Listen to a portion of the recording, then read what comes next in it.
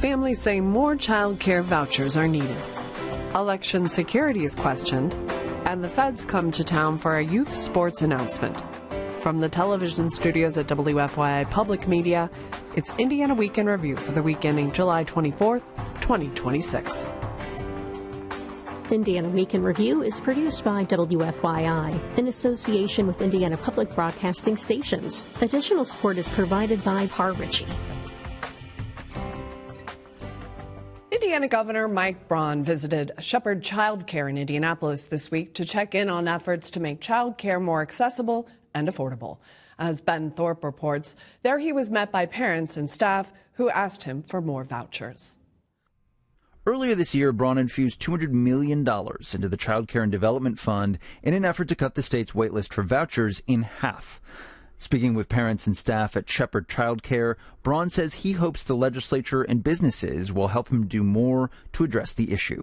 And if there's a wait list, we've got a lot of room to improve, and it's an important area, so it would be a high priority.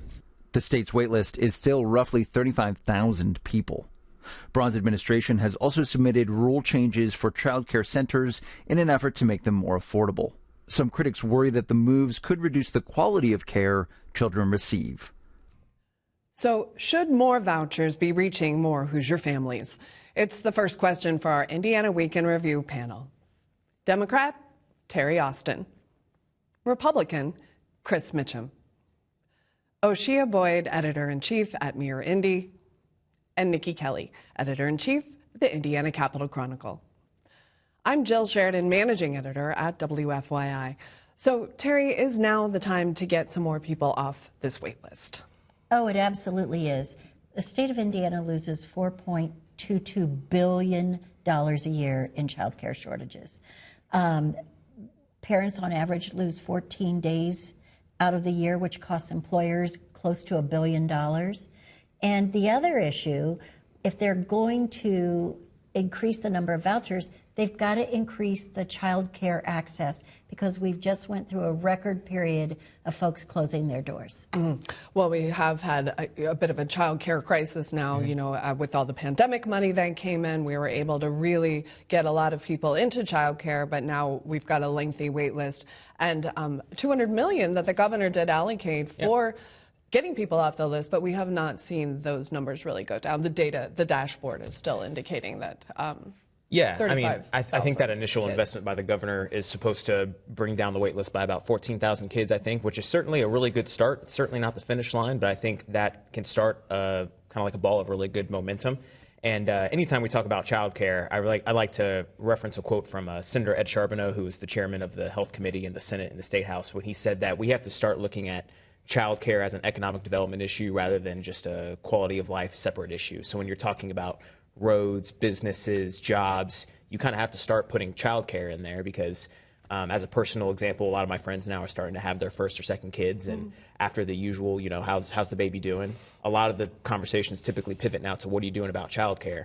And if you aren't lucky enough to have a parent that's working from home, and you have two parents that have regular 9-to-5s, if you are able to pay for childcare and continue doing those jobs, you're typically looked at as like, okay, you guys are doing pretty well financially, just because of how expensive this is. So I do think Governor Braun has started the momentum of addressing that issue with that initial investment. He's already pledged to continue that investment as a yearly investment going forward. And then also the Republican-led legislature, I think, is also joining him. There was a bill last year that pretty much expanded the usage of the employer child tax credit to just allow for more employees to take access of it, but also to expand it so you can partner with existing facilities rather than only limiting it to child care facilities within the employer's vicinity. So I think moves like that, rather than just throwing money at it, more comprehensive approach is something that you're seeing, and hopefully will continue to address the problem going forward. I mean, you had reporters out there this week, Niki, and, you know, these are for lower income families, these vouchers, but we heard from, you know, many families that were saying, I could not be working if it wasn't for this assistance. Do we really need to prioritize at least getting the lower income families, you know, childcare as soon as possible if we want them to be working? I mean, the fact is that the governor put this additional $200 million, which I have to point out was cut first. So like we cut it and then we put it back in. So that's why we still have a wait list.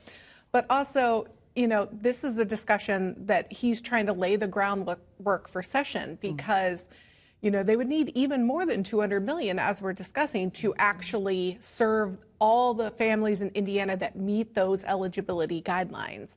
And the fact is, there is a wing of the Republican Party who believes that these vouchers are basically socialism. And so it's not going to be as easy, I think, as some think, especially when we have road funding needs and we look at what we spend on Medicaid. Education's always the big topic anytime we do a new budget. So, he's definitely trying to build his support for that now, but it'll be a big discussion during session. And we are hearing, from the governor, other ways that he would like to address this, through businesses or through deregulation for providers.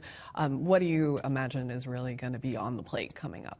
I think all of it. I mean, he had the idea to bring your kids to work. Yep. And have your coworkers babysit. That one was fun. That one didn't fly over too well. But I do think this is going to be a big issue because it is an economic issue. Parents have to work today. Both parents usually have to work today to make ends meet. These are working parents. It's not just give people free daycare money so they can just go sit at home and eat bonbons and watch TV while their kids are at daycare. And it's also important that we start early with early childhood development so that when we move children into pre-K, into kindergarten, into school, that we actually have students who are ready for school, who are then ready for third grade. We know third grade is important. So then who are ready for high school and who are ready for college. All these things, like there is a through line from child care on through college, actually. So we need to take a holistic look at how this affects Indiana, because in the long run, it will benefit Indiana to have children who are ready for school and have kids who are actually cared for properly in child care, in quality child care. That's also a big key, is quality. It can't just be any child care, it needs to be quality. I mean, Terri, Chris's point that this is not just low-income families that are facing, this real crisis, and that a lot of middle-income families as well really cannot afford this. Is it going to have a lot thinking outside of the box solutions in order for us to get quality childcare? I think so, but I'm going to go back to the issue of having available child care facilities. You can expand the program and the funding all you want, but until there are facilities that are up and running that provide high quality care, safe care, lowering the regulations is not necessarily the answer. Always take a look and see what you must do versus what you wish you can do in regulation. But at the same time, we're talking about young children. And, you don't just put them in a playpen and throw some balls in there and let them sit for 6 or 8 hours a day. But something you certainly see the governor really continuing to prioritize as we head into the next session. Yeah, and I think that's been his point and the legislature's point recently has just been, you just can't throw money at this and expect these, quality establishments to just pop up. I think you do have to harness the private industry, the employers, to invest their own resources into whether it is actual in-care facilities in their establishments, or is it investing in a smaller child care facility in their community to increase the capacity and increase the quality. So rather than just throwing state money at it and crossing your fingers and hoping for the best, I think they are taking a comprehensive approach of trying to get as many folks to the table as they can. Well, now it's time for viewer feedback. Every week we pose an unscientific online poll question. This week's question: should the state pull more people off of the child care voucher wait list? Vote yes or no. The last question posed to viewers: since there's more money in reserves, should the state increase funding for needed programs, including education and child care? Answer: 87% yes, 13% saying no. If you would like to take part in the poll, go to WFYI.org/IWIR and look for the poll.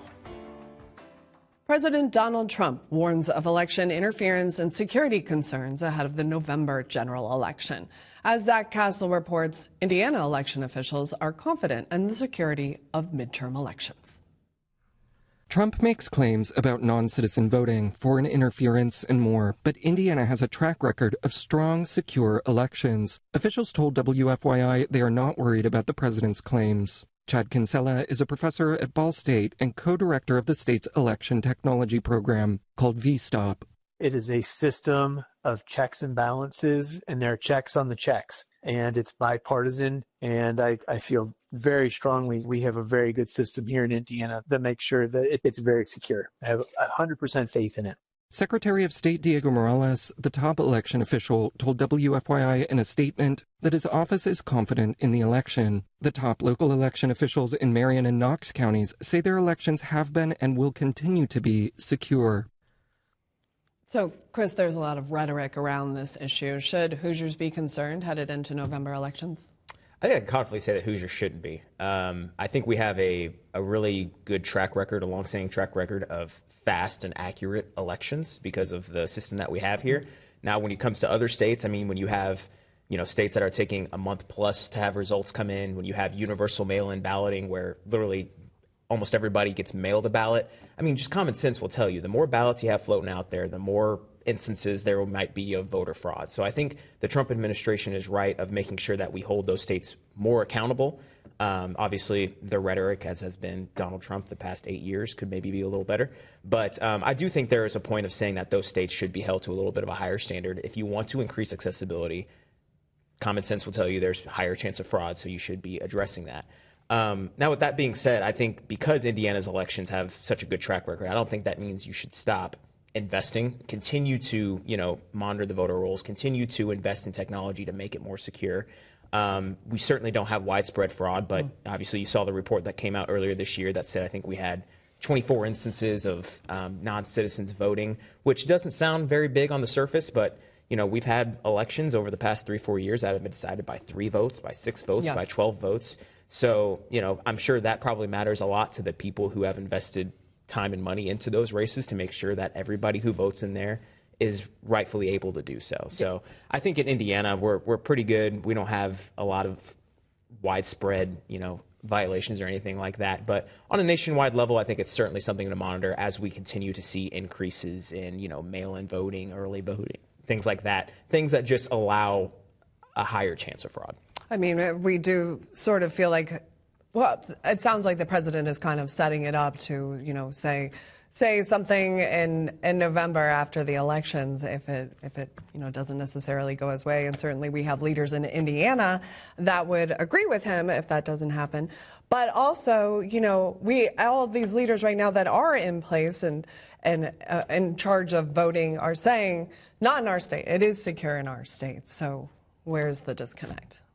Well, that's a great question because nobody complains when it's their team winning the election, quite honestly.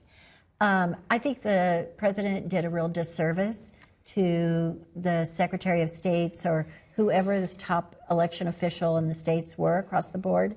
I know here in Indiana, we do not connect our machines to the internet. They have multiple steps and multiple eyes on the returns. It's tighter than a drum to try to get in there and see when those returns start to spit out. I just think that it's designed to sow doubt in the minds of the American people, which sets the stage for some drastic action or executive order later on, which is wrong. Should we, as Hoosiers, when we're heading to the poll in November, be confident in our process here, Oseye? I mean, we have seen the recount, that's been going on. People can clearly see that, all the steps are being taken to make sure that votes are secure. Yeah, I think we should be confident. I think we have been confident until recently when all this talk about voter fraud has been happening. I think people need to remember that the people who work at the polls are your friends, your family members, your neighbors. They're people you know. They are not people who just happen to come from wherever who are now here to try to sow discord or try to cheat the system. They are people you know. And so you see them at the grocery store, you see them in your home, you talk to them on a regular basis. There are people who care about the system. They care about election, and that's why they're working the polls, because they really care about their civic duty. And so I think we need to remember that, and they're not strangers. And so that's why there's a high level of trust there, because you know these people. In a lot of cases, they're required to be bipartisan as well, like the watchers and things like that. So that's another check. And there's so many checks and balances in that process, too. What are you hearing from voters, Niki? I mean, do they feel confident in the system? Is it transparent enough? I haven't really heard much. I mean, when I hear about it, it's about another state. It's not about Indiana. It's about California or, whatever other state. and I think there is some confusion. They see all this talk about the SAVE Act because Indiana has always, not always, but for a long time now had voter ID. There's confusion because they're like, we already have that, but every state is a little different. And, I think the majority of the states, like Indiana, are doing just fine. They are secure, they are safe. And I have confidence in them, and I think voters should too. That's what the feeling that I'm getting as well. Well, federal officials traveled to Indiana this week to sign a cross-agency agreement to bring sports to underserved youth. Samantha Horton reports the announcement aligns with the Trump administration's Make America Healthy Again initiative. The Memorandum of Understanding is between the U.S. Departments of Labor, Education, Housing and Urban Development, and Health and Human Services. The purpose of the collaboration is to identify locations near public housing for youth sports activities and then tie educational engagement and workforce pathways into the program. HUD Secretary Scott Turner says his department can help strengthen communities through youth sports. HUD will work with fellow agencies to connect young people with mentorship, education opportunities, healthy lifestyles, pathways to good jobs. It's about providing our next generation with the tools that they need to succeed. The non-binding one-year agreement is voluntary with no required financial investment or metrics listed to gauge success. So, Niki, can this initiative have an impact for low-income youth and looking to do sports in Indiana? Look, I have no idea. That event had no details. It was not well thought out. There's no money behind it. No one really understood what they meant. It also seemed to cover a wide raft of topics. Like at first, is it about fitness and health? But it's also about housing. It's also about financial literacy and academic success. I don't know. It was very underwhelming to me. Yeah, there wasn't a lot of through line or really any metrics about how this might be successful. I mean, we do know that youth sports is a positive impact in our youth, but this particular initiative maybe could have been a lot more thought out before all the feds come to Indiana to announce. Yes, it seemed like just doing a lot, just a lot of extraness here for something that we had very little detail on. When I read about it, I was excited to see okay, we're going to do something to help students become more physically fit, become more active, and we know that so many children now have conditions that were once considered adult conditions, type 2 diabetes, etc. But there's no details on how it's going to combat anything and do much of anything. So I guess we just have to wait and see what this will actually accomplish. I mean, we also had asked, the HUD secretary who came into town and who was an ex-NFL player himself, about funding for this, and there's no funding back behind this right now. Perhaps, though, we could get some private funding from the NFL. That might help. Yeah, they certainly can splash the cash, I would think. I think this program, there's not a lot of details to it, admittedly, but I do think the bones are there, right? Youth sports has such a positive impact on youth. Some of my biggest mentors in life with my 6th grade basketball coach and the camaraderie you get from teammates and working together, it really is such a benefit. But this meeting was just, admittedly, a lot of really good vibes. But like I said, I think the bones were there of, we're not just going to throw money in the state and cross our fingers. We're not going to probably send the money to the sports cathedrals you see in Hamilton County they have some youth fields up there that are nicer than probably some professional fields.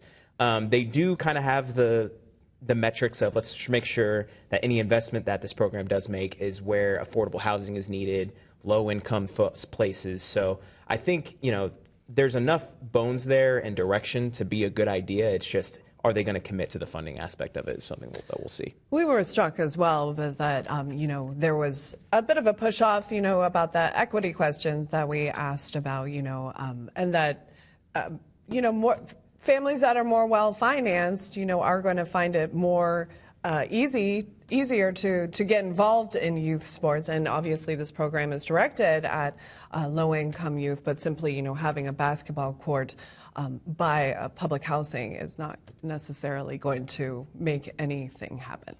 No, it's not. And I will say, I think we need to look to some of the communities My community, for example, in Anderson, where the Parks Department runs a youth football league, and the registration is minimal. They have fundraisers to buy equipment for kids whose families cannot afford it, and it stays with the Parks Department. Those are the kinds of solutions I think are needed.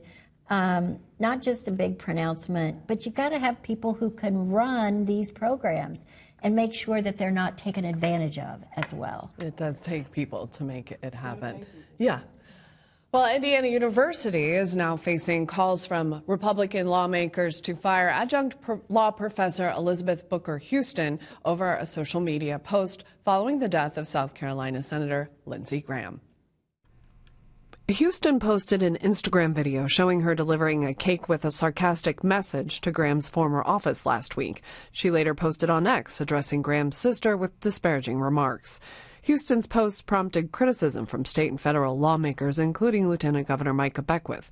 He said IU should lose state funding if it does not remove her.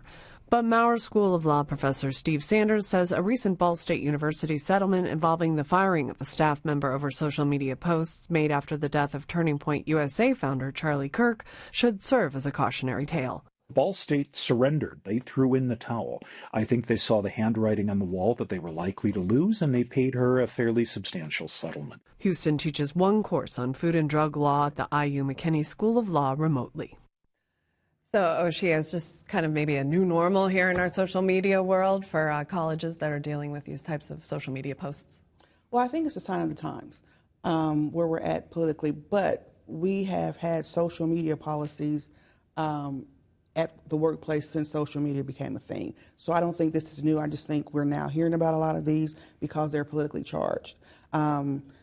You have to adhere to whatever your employer's social media policy is, and most employers have one. So this thing is not new, and I don't think it may be just tightening up the social media policies, maybe helping people remember that we do have these policies out here, that you cannot violate them. But I don't think it's something that rises to the level of being a political football, if you will. It needs to be handled at the college with their social media policy, with their HR people, and that's that. Mm-hmm. I mean, Nikki, we obviously saw what happened at Ball State, and they backed out of that lawsuit, as the professor mentioned. I mean, should Indiana leaders even bother to make these comments? Well, I mean, I think some people were kind of annoyed that Ball State backed down on that because they felt that because of their internal policy on social media, would have been able to back that up. But there are First Amendment concerns. Obviously, what this woman did was detestable. I mean, it's honestly terrible. But this is the world we live in now, right? We see something someone does, and we immediately try to get them fired on social media. It literally happens every day. But it's also why we tell children, watch what you post, because it's going to follow you around. When you're looking for a job, make sure you have cleaned up your social media. Don't post this. I mean, should we be shocked, Terry? People say mean things all the time, nasty things on social media. I think we need to follow the rule of thumb that it used to be on email. When you write an email and you're really angry at somebody, stop, think, sleep on it before you hit send. I want to say the same thing to people who put way too much rhetoric and their tone is so hostile on social media. It is not helping to have productive conversations. Well, it just heightens it, though, do you think, Chris, when Indiana lawmakers do jump in with some... Oh, yeah, absolutely. And I never thought I'd maybe say this, but I actually kind of feel bad for IU because, I wish there was a route you could take to just go to the courts and give you a legal ramification to, fire this person from their job. But you just can't. You saw it at Ball State, and you've seen, even when people do... in their contracts that are kind of under a shroud of controversy, you still have to pay settlements from, First Amendment violations and things. So it really does put IU in an awkward position of putting a lot of pressure on them to being like, how are you going to address this? Because we can't get any remedy from the courts. We've already seen that no matter how hard the legislature tries to pass bills or anything like that, the courts have pretty strictly said that, this is going to have to be a school discipline policy issue. I think especially at the universities, Absolutely. We're seeing it. Well, also coming up soon, the Indiana State Fair, and the lineup of new food offerings is out, and everyone can see what's new and unique at the fair? Does anything strike you? Have you seen the list, Oseye? Yeah, I saw the list, the Dubai chocolate thingy, because I'm a big deep fried Snicker fan. Oh, you like the deep fried chocolate. Yeah, so that looked like something I'm going to try. I look forward to this list every year, and I was a little disappointed. I think it was long. We've lost very long. I don't know. We're going downhill. But the dipping of ice cream in melted butter is the most disgusting thing ever. There was another one that they're dipping ice cream in like beer batter, so you're gonna have like a strawberry smoothie IPA something. I'm gonna get one. You ever want to try that? But it's all part of our Make Indiana Healthy Again. Yes. It all lines up. I thought the deep fried butter ice cream is just like arteries clogged, like waiting to happen. Looking forward to the spicy Cheeto deep fried Oreo. We should have dietitians analyze and post this. Well, that's Indiana Week in Review for this week. Our panel has been Democrat Terri Austin, Republican Chris Mitchem, Oseye Boyd, editor-in-chief at Mirror Indy, and Niki Kelly, editor-in-chief at Indiana Capital Chronicle. You can find Indiana Week in Review's podcast and episodes at WFYI.org/IWIR or on the PBS app. I'm Jill Sheridan, managing editor at WFYI. Join us next time because a lot can happen in an Indiana week.